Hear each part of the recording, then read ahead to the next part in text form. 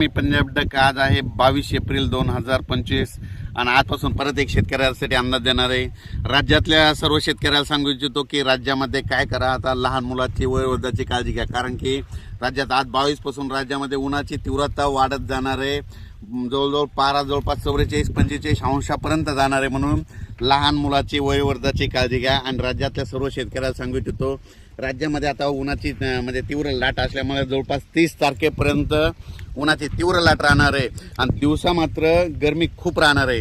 दिवसा अशी गरमी राहील की जसं मुंबईला जसं गेल्यावर गरमी असते तशी आपल्या महाराष्ट्रामध्ये, मराठवाड्यामध्ये, मध्य महाराष्ट्रात, विदर्भात सगळीकडे तेवढी गरमी जाणवणार आहे। म्हणून हा अंदाज लक्षात घ्यायचा। पण राज्यातल्या सर्व शेतकऱ्याला सांगू इच्छितो की राज्यामध्ये सांगायचं झालं तर 22, 23, 24, 25 दरम्यान राज्यामध्ये जवळपास 30 तारखेपर्यंत उन्हाची तीव्रता वाढत जाणार आहे। म्हणून हा अंदाज लक्षात घ्यायचा। पण राज्यात मात्र सध्या हवामान कोरडे अंशतः ढगाळ राहणार आहे, म्हणून हा अंदाज लक्षात घ्यायचा। म्हणून राज्यातल्या सर्व शेतकऱ्याला सांगू इच्छितो की शेतीची आता मशागतीची कामे करून घ्या। कारण की आता म्हणजे अंदमान आणि निकोबार बेटा त्या समुद्रामध्ये मान्सूनला असं पोषक वातावरण चालू आहे, म्हणून हे देखील सांगू इच्छितो। आणि राज्यात परत एक सांगू इच्छितो, राज्यात सध्या उन्हाची तीव्र लाट असल्यामुळं आता शेतकऱ्यांनी काय करतात, सकाळी सकाळी शेतीची कामे आटपून घ्यावी। आणि हे काय पाहू शकता, हे आपल्या शेतामध्ये संपूर्ण नाले सगळे नाला खोलीकरण सगळं करून सगळे कामं व्यवस्थित करून ठेवलेले आहे। आणि आमच्या शेतामधून हे अंदाज देत आहे, म्हणजे पुढच्या वर्षीची सोयाबीन, तूर याची तयारी करून ठेवायची।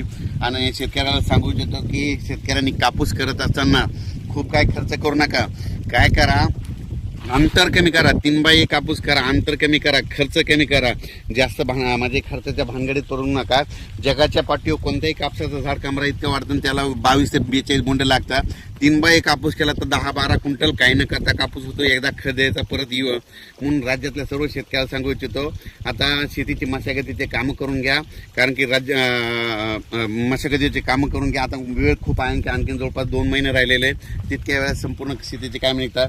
पण राज्यात मात्र 30 एप्रिलपर्यंत मात्र हवामान कोरडं राहणार, उन्हाची तीव्र वाढत जाणार आहे। काही ठिकाणी 45 अंशापर्यंत देखील तापमान जाणार आहे। म्हणून हे अंदाज लक्षात द्यायचा। अचानक वातावरणात बदल झाला तर लगेच एक मेसेज दिला जाईल।